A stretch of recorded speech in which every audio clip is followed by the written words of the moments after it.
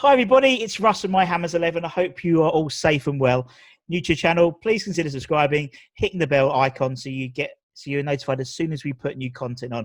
We have videos, interviews going up daily, but sometimes 2-3 times a day, and everyone is brilliant. I won't want you to miss any of the memories, any of the stories that are coming out. So make sure you hit that bell icon. Today's guest goes without saying. He is one of the greatest servants of the club. I did the maths beforehand, and including sort of playing youth team football all the way until his ambassadorial role. It's of almost 50 years with the club. You get less for murder nowadays, Tone. It's Tony. It's Tony Carr. How Absolutely are you? Frightening when you say it like that. Yeah, It is. I mean, I obviously 41 years academy director, and then obviously the ambassador. But then I forgot the youth team stuff as well. And obviously you're a pro at the club for a couple of years. So yeah, I did it all together. I think it's 48 years. So yeah, that's quite scary. Oh dear. How are you? Yeah. How's the lockdown for you? I know everyone asked that question, but how's lockdown treating you?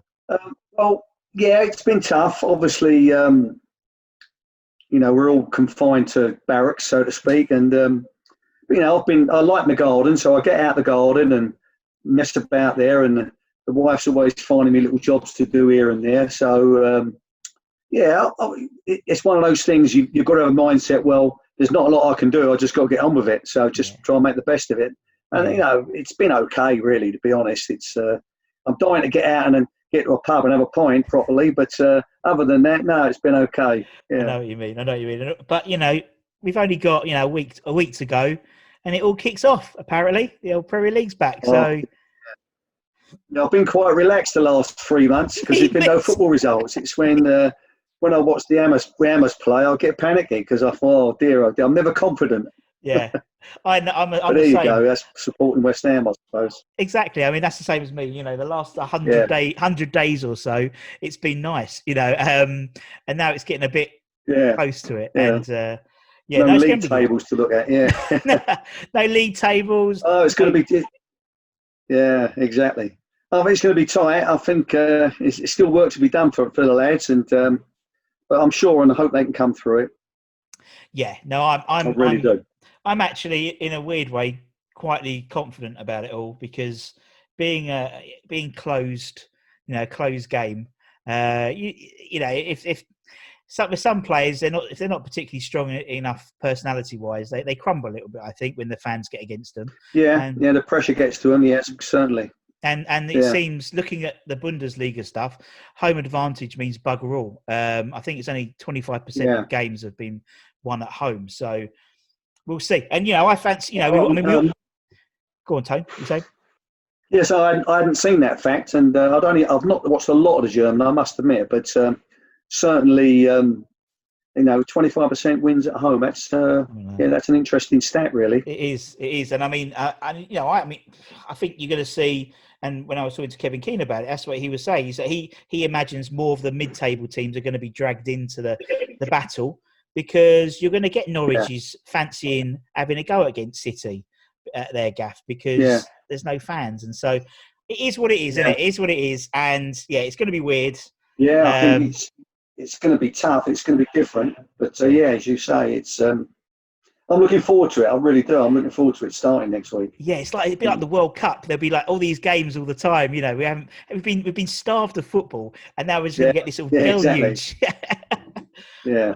You mentioned it, Tone. Obviously, it'll be a tsunami of football. Exactly, and the housewives of Britain are gonna hate it, But it is what it is, We've done Netflix, we've done all of them now. It's our turn now, so it'll be good fun. I'm looking forward to it. Now, obviously, you mentioned films on Netflix. I tell you that. I know. It's almost like Netflix. You're going through it now, and it's like at the beginning you're like, brilliant, all this stuff to watch. Now you're like, oh. There's nothing on telly, is there? There's nothing live. Everything's recorded, and they're rerunning everything. They got to rerun, Euro '96 and all the football.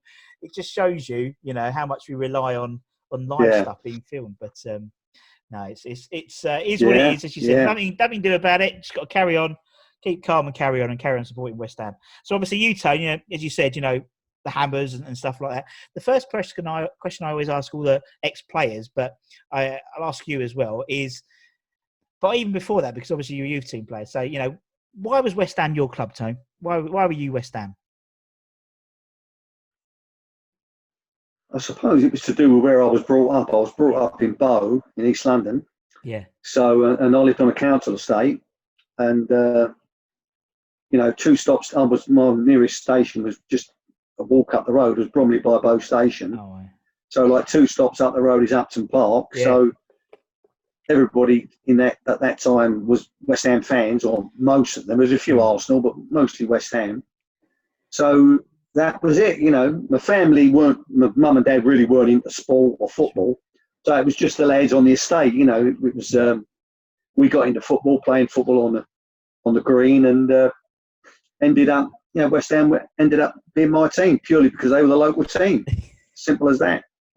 And that don't happen very often nowadays, does it? I mean, no, it don't. And so it's, and I think that's what comes across, and particularly the fans I talk to, I don't call them old, I call them experienced fans and less experienced fans. The more experienced fans, not the older ones, but they came from the area and they might have moved out into Essex or over in the States or whatever. Yeah. But it seems that group, that's when people talk about the West Ham family and West Ham community, it is just amazing. And this whole channel has come up, it's snowballed because so many fans were like, oh yeah, you should interview this guy, you should interview this guy, and I got this guy, and there's all these stories are coming up. And then, as you said, you and the council estate boys going to football, and it was just a thing you did, weren't it? It was like, it wasn't necessarily the football, it was more about going with the boys and going with the lads. Yeah, well, when I was about 11, I was, started to go. Yeah. My old granddad, God rest his soul, he used to sell the football papers outside the ground, the football specials, where all the pictures was on the newspapers. So he'd always give me a free newspaper. And then some days we'd get to the ground very early. We'd get there about 11 o'clock.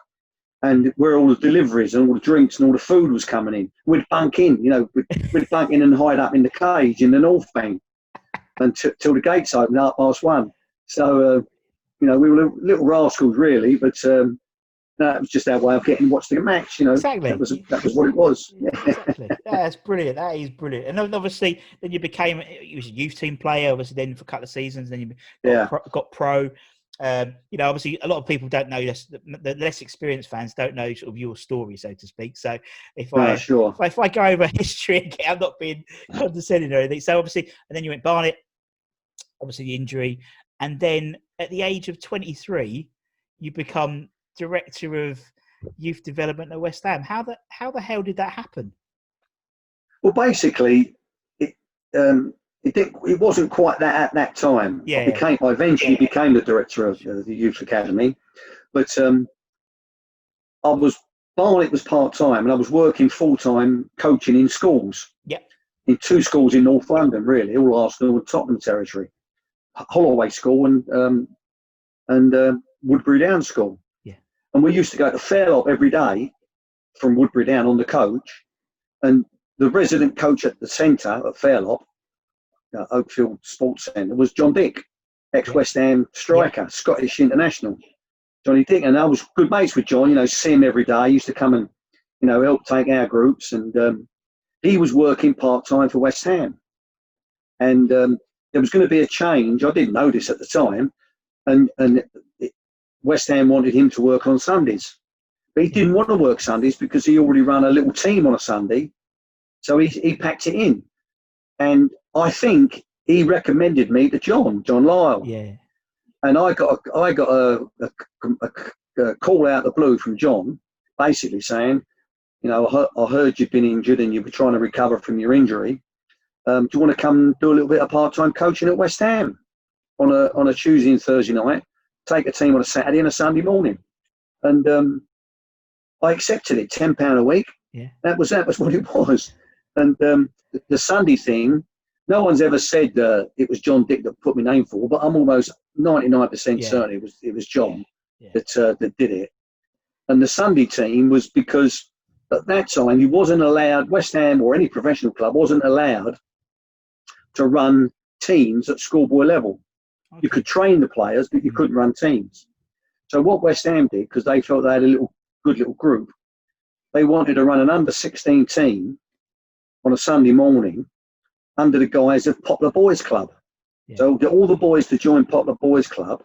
So I worked for the club on Sunday mornings with Poplar Boys Club, but really it was West Ham's under 16s. Yeah. And that's how we got round it. And in that group, my very, very first group I ever took was Alan Kirbishley and Paul Brush, and a young lad named Pat Creasy, who sadly died in a car crash a few years later when he was an apprentice at West Ham. So that's how it started. And as I went through the part-time and then eventually became full-time in 1980, just after West Ham won the Cup against Arsenal, as you all know, John asked me to come full-time. And it was then I started to develop and be more in charge of the youth academy and et cetera, et cetera. Wow. So it was a gradual progression. Yeah, I wasn't director of football, director of the youth academy at 13. I was assistant to Ronnie Boyce as assistant youth coach. Yeah, but because still, Boyce was full-time youth coach at that time. Yeah, but still, I mean, it's like it must be like obviously the playing career stopped, and obviously you love the game, and to get John phone you up and say, "Hey," that must have been like, it's like, yeah, I'll have some of that. Yeah. And again, I'll say it completely out of the blue. And to be honest, I wasn't enjoying playing at that time, and I know I was only quite young. I'd had a few disappointments, a few knockbacks. I'd had the injury, which was long and drawn, and I wasn't enjoying playing. But I was still coaching and loved the coaching. So when John came back to me, I thought, well, what a challenge. I didn't make it as a player at West Ham, but to go back there as a coach, perhaps I can make this as, a reasonable success. Yeah. So again, it was my club. I didn't hesitate, to be honest. Yeah. So that's how my path started. And when you and then a typical Tony saying reasonable success. I mean, you are. It's. I mean, people say you're one of the most influential guys in English football. Obviously, you're an MBE as well. You're recognised in 2010. That's not bad success, is it? I mean, you talk about some of the players. I mean, you mentioned your first lot. Yeah, it's not bad. Not bad. I mean, you mentioned first year, obviously. Yeah, as I said, it's. Go on, carry on. Sorry, yeah, and as you say, when I look back now, I say not bad from a boy from Bow.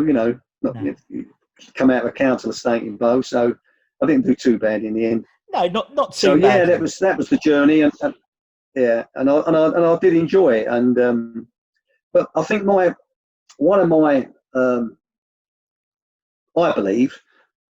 reasons for my longevity and to a degree the success was I never took it for granted. Sure. I really never took it for granted. I sincerely say that. It was always the next challenge, and it was always, where's the next player, and how can I get better, and how can I always because I didn't make it as a player, in inverted commas. I didn't play for West Ham's first team. I always felt I had to prove something. Sure, I get because I wasn't an ex-first team player. I always felt I had to prove something.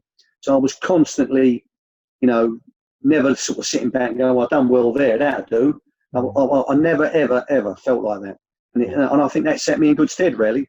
Oh, it did. I mean, if you obviously you mentioned the first batch, under 16s at Poplar Boys, you had Curbs and Brushy, and it's like, you look back, and I was doing obviously a little bit of research, and 4 England captains, have come through your academy. Yeah. Which so Incy and Rio and Frank and JT. Yeah, I think Incy was the one that initially, because he was the first black captain ever of England. Yeah. And I think for him to do that, from his background and where he's come from, and because he was a great player, Incy, for all the hoo-ha when he left, he was a great player. But I'm quite proud that I helped him along his way a little bit, and was hopefully a little bit of a good influence on him. John was his biggest mentor. John Lyle was his biggest mentor, and I think that was the hullabaloo. It was around John being sacked. Incy, John was, without being over sentimental, John was a little bit of a father figure to him, without a shadow of a doubt, the big mentor. And I think he was really, really choked and upset that John had been sacked. And obviously that he had a mindset at that time, I want to get away. So, and obviously we know the rest. Yeah, we do. But I But mean, there you go. I know, and That's life. that's life, and that's West Ham, isn't it? You know, when our sort of war song is Yeah. things fading and dying, you know, it's the West Ham way, isn't it? So, you know, it is what it Yeah. is. But I mean, you know, it was as well as them. You had, you know, God, you had people like obviously Joe, you had Carrick, you had TC, Defoe, Glenn Johnson, all went on to be England internationals. In fact, obviously that 2010 when you got your MBE, which was amazingly well deserved. That World Cup squad, a third of the World Cup squad, roughly. Thank you. Were from your academy. Yeah, it's incredible. I'd coached, and it wasn't just in West Ham. I'd coached them. I know. And I'd worked with them as youngsters and youth players.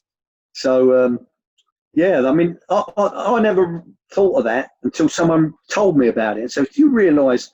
I've never thought about it. I'd never even, well, I didn't even put that together. No, when I added it up, I thought, yeah, it's unbelievable. That's terrific. That's a fact that, you know, there wouldn't be many youth coaches in the country that could claim that, you know. So, yeah, that was something different, something special. No. Yeah. And obviously, you know, culminating that year again, that was 2010. Exactly. Yeah. That's what I mean. It was like an awesome year. And obviously the year before you had the testimonial and you had them all there. And even if they couldn't play, that must have been amazing. Because again, you as you said with the England squad, like until someone tells you, until you put it into context, you know, that picture of them all lined up in the testimonial, you're like, I was looking at it. It's like a who's who of West Ham and England, isn't it?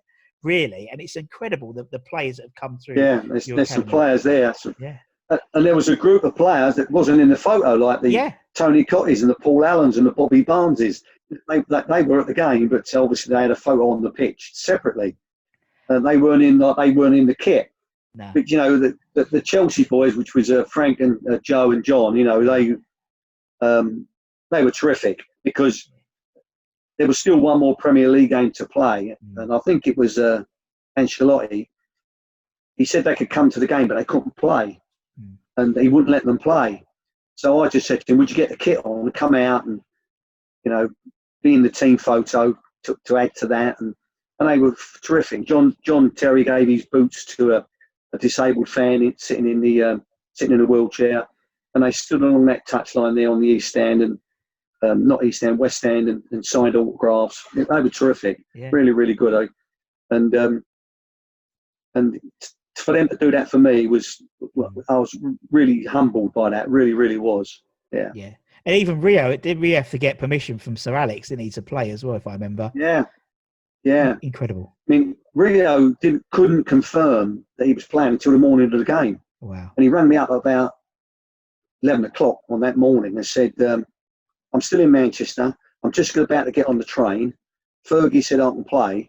Well, he said the boss said I can play. And but I can only play for 20 minutes. So I said, no, man, just get on that train and get down here, you know. And so he did, you know, and we couldn't get him off the pitch because the ball wouldn't go out of play. It was 20 minutes. I ended up nearly 30 minutes because the ball, you know, slow-paced testimonial, the ball wouldn't go out of play. So, no, he was great, Rio. And, in the end, you know, Paolo Di Canio, I thought, well, I'd asked his agent whether he'd come and play. Yeah. And he immediately said, yes, I'd love to. I thought I'd have him as a guest player. I just thought he might put a few fans on the gate, you know, etc. So he said to me, Paolo, when he arrived, I said to him, I'll pay your fare, because he was living in Rome. He said, I'll pay your airfare and I'll put you up in the hotel for the night. And he went, no. He wouldn't let me do that. He said, I will play. He said, I want to play. Okay. So he arrived and he said, I only want to play for half a game. I'm trying to do an Italian accent, but I can't. So I said, no, Paolo, don't play for 10 minutes. Just get out there. Yeah. So we come off at half time. And of course, it's just about, can we swap some players over and get everybody on the pitch? So Paolo said, well, you're coming off. He went, no, I'm not coming off. So I said, well, you said you only play half a game. He said, give me 10 more minutes. He said, I want the adulation of the crowd. That's what he said to me. So that's what we had to do. Yeah, it must have been really fun because you had all those Yeah, different personalities. very very emotional guy, Paolo. Yeah, he is. He's a very emotional guy, and again, it's one of those players. There's a few dotted around who are the foreign-based players who understand West Ham, and Paolo was one of them, and that's for sure. And I mean, Yeah, you know, definitely. and Yeah, obviously, you know, it must be for you as well. It must be because I was talking to Kevin Keane, and he said, you know, from a professional perspective, not part the West Ham bit for a minute, but from a professional perspective, to see so many of your graduates, so to speak, playing in the game, managing, coaching, it must be so overwhelming, really, when you think about it. When you think, obviously, Frank yeah, at Chelsea and John at Villa and stuff, and Jack yeah, over in Atlanta. yeah, yeah. Now I'll take obviously now I look back because I'm sort of finished at West Ham, so I look back and I look back now with immense pride and see all the players that are still playing. Even Junior Stanislas. Yeah, Junior. Who was a bit of a handful as a youth player because he was a little bit lazy, a little bit too chilled, and a little bit too laid back. And because I always thought he had great talent, I thought he could have done more and better. But he did play in the first team. I think he had quite a few games in West Ham's first team. Yeah, he did. Yeah. And then obviously he went off and went to Burnley, and when Eddie Howe was at Burnley, he took him to Bournemouth when Eddie got the job at Bournemouth, and I bumped into him. And the first thing he said to me was, "I wish I'd have listened to you when I was 17." He said, "Because I've now realised how hard you have to work to make it and to get a good living in the game." Yeah. He said, "It wasn't until I was a bit older that I've got a partner, I've got married, and I've got children. I've got responsibilities that I've got to graft at my game, and that gave me great pleasure just to hear that." Yeah. So sometimes the penny drops a little bit later. Yeah. No, it's true. Yeah. I get that. When you sort of, as you said, you said you like, when you're looking for the next player. Is it like a sixth sense, or is it like you go, because there must be lots of players that you thought were going to make it and dropped off as they developed throughout sort of their career? Yeah, I think the thing is not to get carried away too early, especially nowadays where we have players coming into the club at 8 years of age, 9 years of age, and actually signing. And the scouts are saying to me, "Oh, this player's this player's that," and I really take that with a pinch of salt. And I go, "Well, if he's still doing that at 14, I'll get excited." Yeah. So it's about that slow progression. And but other players, like you see a Joe Cole come in at 13 years old, and you think, "Oh my God, what the things this kid can do are unbelievable." And even Stuart Slater, his dribbling skills and his tight, close control, and his turning and running at player skills.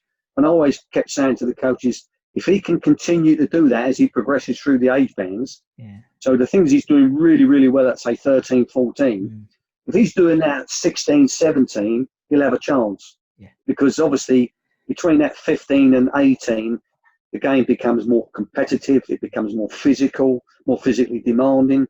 You've got to be more athletic. Pace is very important, and the technical skills are what you're about, but you've also got to add all those other things. Yeah. And obviously being mentally strong and being able to take the criticisms and the lack of form or the being dropped, etc. So it's not just about the technical ability. So you've got to have an eye for all those things, and whether these players can, develop those other assets that's going to make them the player that you want them to be.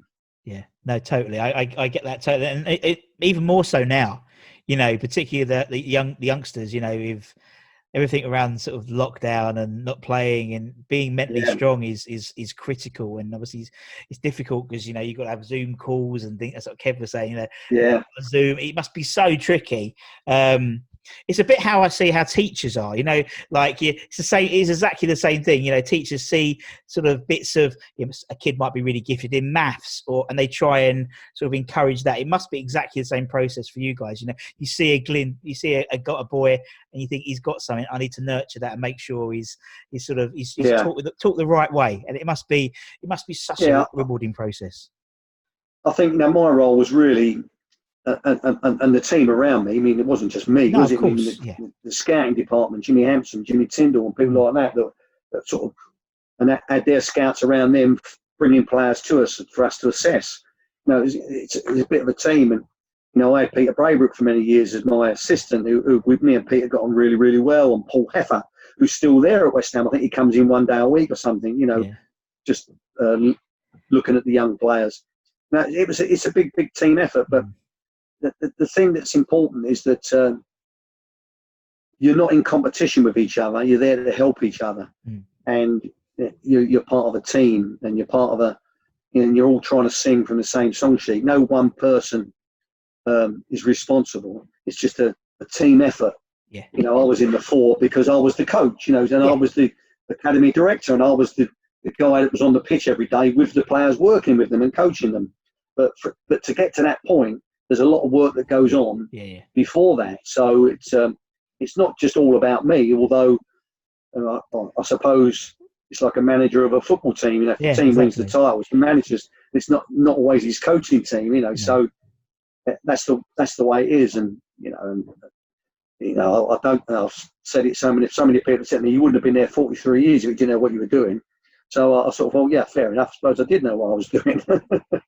Exactly. And obviously, and you won the FA Youth Cup twice as well, in 81 and 99. And that 99 team, and obviously that's my modern era, so to speak, was unbelievable. I mean, I remember the game, that 9-0, on the aggregate. I remember the game at Upton Park was incredible. Yeah. The players, the fans around the pitch, they had to help open more stands. Exactly. And we had Bertie on here before. And he was like, it was just an amazing day, an amazing night. That whole sort of team spirit and stuff, and the players that went on. obviously not just the Joes, and Adam Newton's, amazing team. So as I said, what we try and do, they all went on and had most of them. Had careers. Yeah, I know. So, sorry.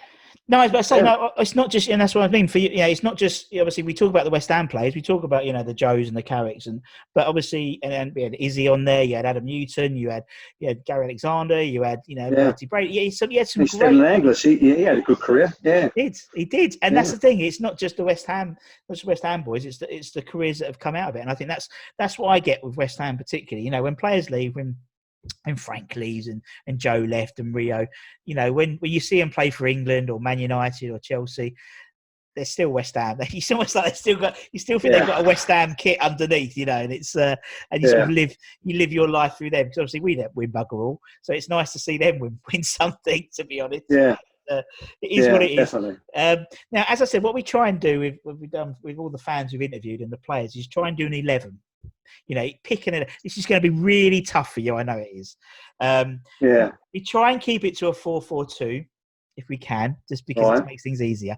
But I think for you, it could be players you've watched as a fan as well. That might be a bit easier as well for you as well, because there's so many players that have come through the academy. But maybe a mixture. Yeah. It could be you've got probably the biggest players you can pick from. So it'd be the trickiest thing for you. So for the Carr 11, who would be in goal? Who would you pick? Well, if I can I stick to academy players? Yeah, players that I'd work with. Can I stick to that? Perfect. Because obviously everybody puts Bobby Moore. And if they're around to see him, if they're around to see him play. If they were around to see him play, and obviously but for me, I'll put an academy 11 in if I could. Yeah, perfect. If that's okay with you. Of course it is, Tony. Now, my Achilles heel is really the goalkeeper. We didn't really produce, or I didn't produce, or worked with a goalkeeper. My claim to fame as goalkeepers would be Stephen Bywater. Yeah. Because we bought Stephen Bywater from was it not Scum? Was it Scunthorpe or it was a northern north Rochdale? I think it might have been Rochdale. Can't remember. Up north. Up north somewhere. And he had an apprenticeship, and he played in the FA Youth Cup team, obviously. So I'd go with Stephen Bywater as my only academy protege, really. Yeah. As a goalkeeper. Now, the rest of this is going to be so difficult. Yeah, the rest is going to be so difficult. We'll go one at a time, and let's go left back. Go on, give me. Let's go left back. God dear. Left back. I'm going to go because I've got a little bit of an idea who I could play right back. Yeah. I'm going to miss someone out here. I know I am. Of course you are. I'm going to go Glenn Johnson, left back. Yes. Yeah. Glenn Johnson, left back. I remember him. He could play there. Yeah, I remember him jumping into the first team. He played like 15, 20 games. And even at that time, you were like, this guy's going to be great. Yeah. You know, you just get that. And you get that feeling from great watching. pace, great strength. Amazing player. So strong. And you get that. And I mean, you get that obviously when you're looking at a player.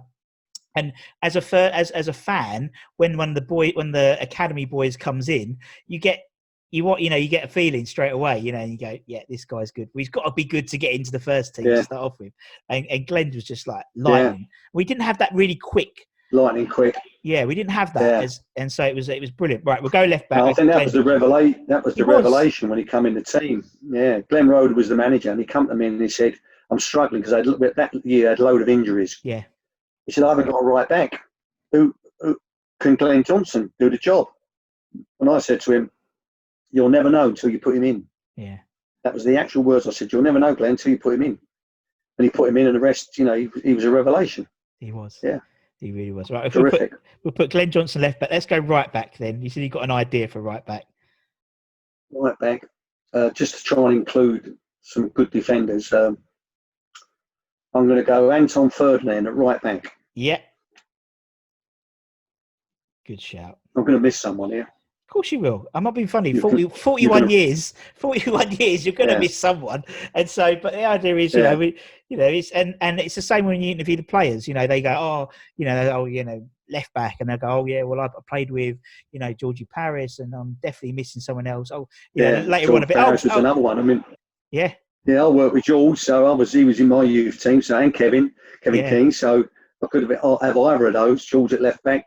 That's what I mean. At right back, I've tossed the coin. It's one of them. It is what it is. So I'll have. What I'll do is I'll have 20 subs. I'll have 20 subs. Yeah. They can all get on the pitch. We'll have two teams and we'll be all right. Okay, we'll put Anton at right back. I mean, obviously Anton came in, and it must have been weird because obviously with your brother being your brother.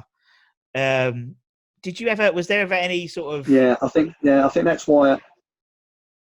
Go on, carry on. It's difficult for Anton because he was always living in his brother's shadow. Yeah. And everybody always compared him with his brother. And it was tough for him. And so, but he was strong mentally.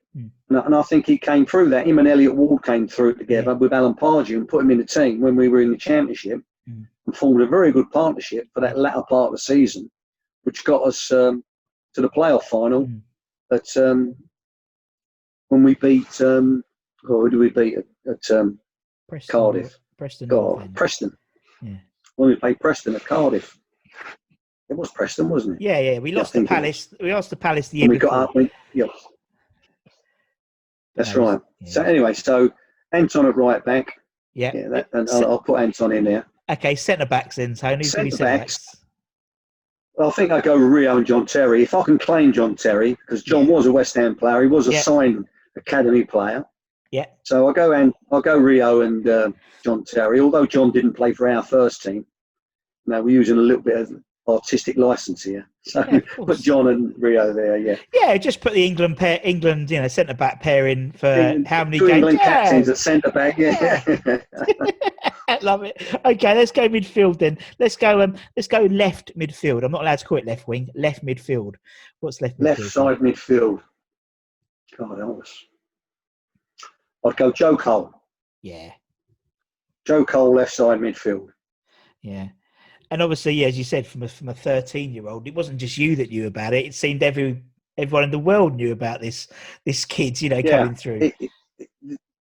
I mean, I spoke to Joe a little while ago. Without plugging, I'm at the latter end of writing a book about my 43 odd years. Wow. Basically, my autobiography. So I've been going around interviewing lots of my ex-players, and Joe really said, like, his mum and dad weren't into football, and he was just playing football in the playground, really, and in the school, and he didn't realise there was leagues and a professional game. He didn't realise. He loved to play football, and he just honed his skills on watching Italia Italian football on Sunday afternoons when it used to be on the TV, Channel 4 or something. And he'd watch a player, see a great skill, and go in the playground and copy it, and wouldn't be satisfied until he had perfected it. So that's how he honed all his technical skills. So that was an interesting insight. But yeah, lots of clubs knew about Joe, was interested in Joe, but he just said he felt comfortable at West Ham. He liked the training, he liked the atmosphere, he liked the people. There was always a smile and a friendly face, and that goes a long way. And you'd be surprised. No, I can imagine. So Joe on the left, yeah. And famously, was it Fergie used to call him the magician, didn't he? I think he was like, he used to say, "How's the magician getting on?" It's like, oh God, when you've got him, must have been so much pressure on Joe as well. You know, having been labelled, he was labelled like the next Gazza, weren't he? And we signed him on the pitch when he was 16, and we was playing Chelsea. We were playing Chelsea that game. I remember that. It was against Chelsea as well. So it was. I think that was designed to sign him on that pitch on that day against Chelsea. Yeah, because it was Chelsea. Yeah, exactly. Yeah, and then preemptive. Exactly. Well, we'll put Joe on the left. Let's go right midfield then. Let's go the other side. Right midfield. Oh yeah.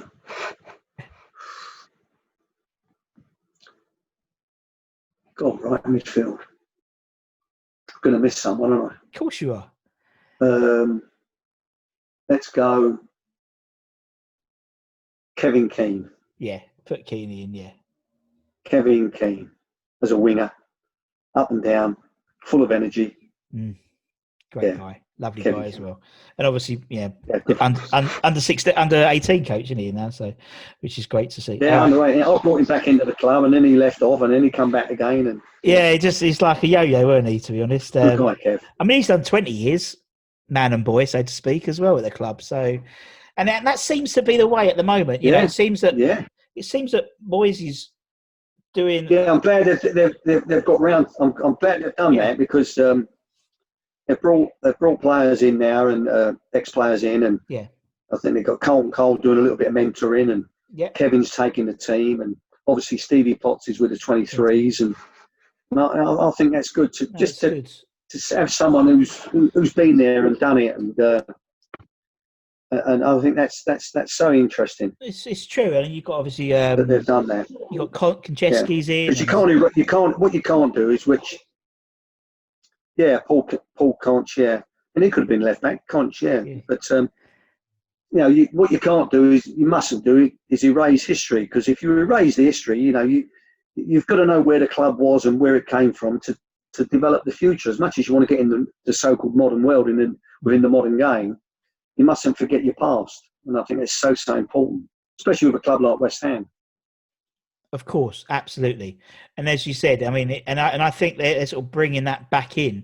Even someone like Kevin Nolan, who wasn't an academy boy, but he was a captain at West Ham, and and it's so important, particularly for West Ham. Yeah, I think that was a very good appointment from David Moyes to do that. He sort of took the place where Stuart Pearce was the time before. That ex-West Ham, not an academy product, but he knew the club and knew what it was all about, knew the fans and expectations. And Kev went through some good years with Sam, promotions and establishing ourselves back in the Premier League, and with Sam Allardyce. So I think it's a good move from whoever instigated it. I'm sure it was probably Ricky Duncan, who's in charge now. Ricky, who's in charge, the academy manager. And on a side with Ricky, he was a schoolboy at West Ham. Didn't quite make the grade, but I coached him when he was a schoolboy at West Ham. It's the circle of life, isn't it? It's the circle of life, Tony. Yeah. So that's good. Ricky knows West Ham. Yeah. Anyway, let's carry on. Let's go midfield. Let's two centre midfielders. Who are we going to have is two centre midfielders? We've got to have Frank. And Carrick.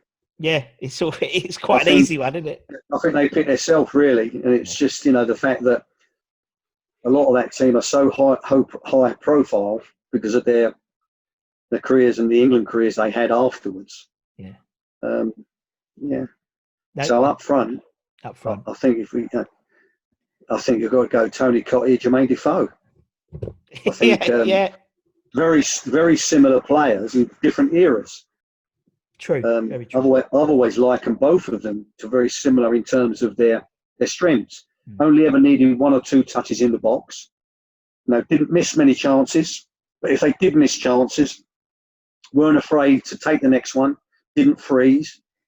And I think that was the ultra confidence you need as a striker, or any player for that matter, because you don't always have ups in a game. You have a lot of downs as well, and have that strength of character and that belief in your own ability to be able to bounce back from that and say, I'm better than that, I'll score the next one. I've missed that one, but I'll score the next one. Yeah. I did a little bit of work, just as an example, that I did a little bit of work, only on a very casual basis, for EA Sports, which are the video games, FIFA 20 and all that. Yeah. One of their and I had to do 10 sessions with players that were signed to EA Sports, and I interviewed Wayne Rooney, and I said to Wayne, I said to him, we did a little coaching session, and we sat down and I said to him, what makes you a good striker, or what makes a good striker? And he said to me, stay calm in the box. Now, it sounds so simple and silly. Stay calm, but analyse it. When that ball comes, a lot of players, the chance is coming, and just prior to receiving it, they get on edge. They get on edge. But he says, no, just stay calm. Stay calm and use the ability that you know you got. So stay calm. Here it comes. Bang on. This one's going in the box. This one's going in the goal. Bang. And when he said that, it was so simplistic, but it resonated with me so much. And I kept thinking about it. I thought, he's so right. He's so right. And I think Jermaine and Tony had that. Yeah. They had that. Stayed calm. Even his first goal, Tony, I can see it now. Header off the crossbar, bounce, Tottenham, stayed calm. Here it is. Bang. Yeah. Header, goal. Jermaine, you look at most of Jermaine's goals. He's never flustered. No. If he even needs, the ball comes to him, he gets it, shifts it, shoots. 2 touches. They stay calm and stay confident. Yeah. Sorry for that little aside, but it's relevant. No. Honestly, no, exactly. And you're so true. And I never really thought about the Defoe's or Cotti sort of comparables, but they are. They're very, very similar in terms of very similar, stature very as similar. well. And stature, prolific goal scorers. Both left the club and played for England. Yeah. So yeah. No, it's a good shot, and that's a nice. So tip. I must have missed some really good players. You've missed hundreds of players, probably, Tony. So I apologise for those that are not in the team.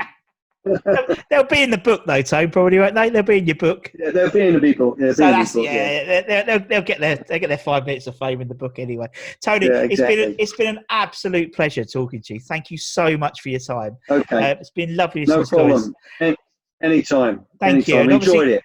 Brilliant, thank you, and obviously thank you to everyone for watching as well. I'm so humble with all the support for the channel and stuff. So keep it up, like, share, subscribe, and until next time, for me and Tony, take care, everyone. Stay safe. See you soon. See you, everyone. Bye bye. Good. All the best.